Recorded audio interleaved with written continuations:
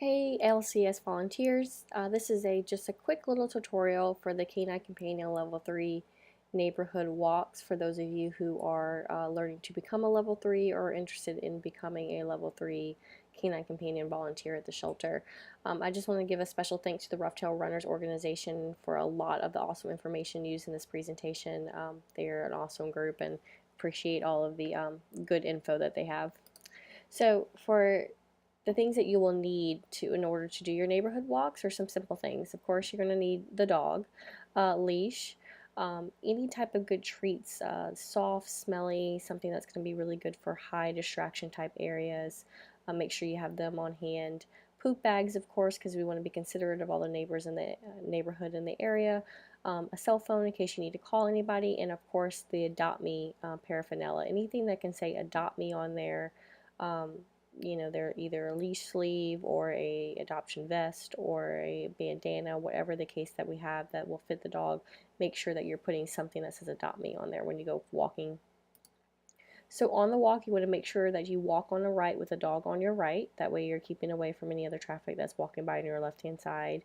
As far as meeting other dogs, we do not ever want our dogs to meet other dogs. This is a time for training, socializing, and with people and getting out and about. But we don't know other dogs, and we're not 100% sure on our dogs, so we want to stay on the safe side and don't let our shelter dogs meet any other dogs. And as far as meeting other people, that's a good thing. We definitely want you to use your discretion. Make sure that you're using your dog body language skills and things that you've learned with the animal. So that way you can see any signs or notice any signs that that animal may be uncomfortable or that the person may be making that animal uncomfortable. So meeting other people is definitely a good thing. Just make sure you use good discretion on that. So for warm weather restrictions, this is for like the feels like temperature. So anything that's 95 or up, no dogs should leave the grounds. And if anything between 90 and 94, you only walks to the nearest water. There is one near the Butler Longhorn Museum.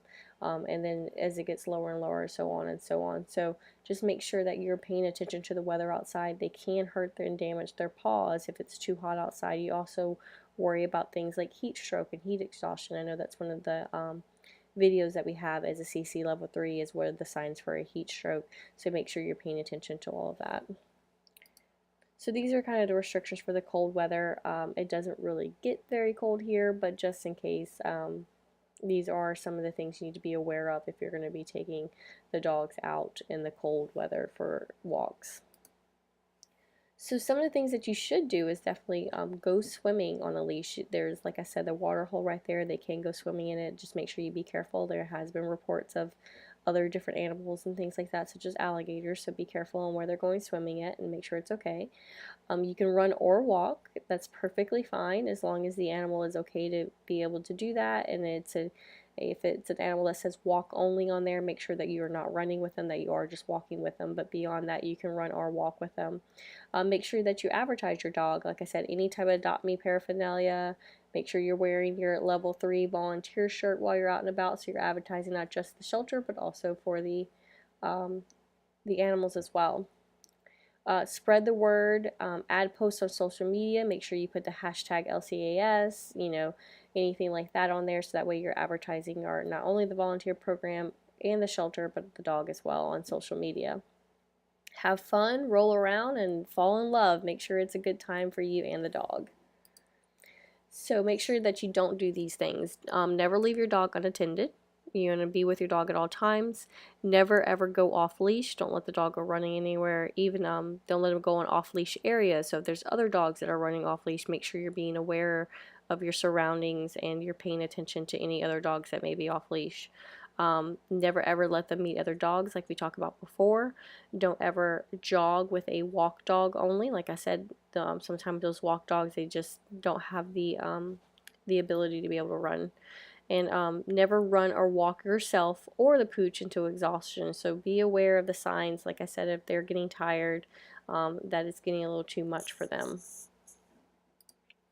So, and just make sure you always remember to use the same etiquette that they would in the shelter as outside the shelter. When you're getting the animal out of the kennel, that you're using the appropriate exit strategy video that you learned in your as a level 1. Making sure that you do still do the click for quiet when you're in the shelter.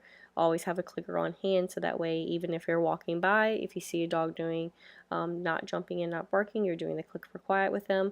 And make sure that they're still doing the 4 on the floor. We do not want jumpers, so we need to be consistent with that and make sure that they're not jumping.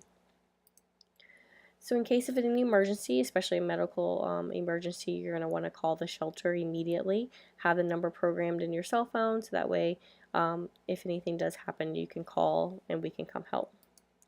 And of course, if you have any questions, please feel free to email, talk to a mentor. They'll be able to help you with anything, and have fun.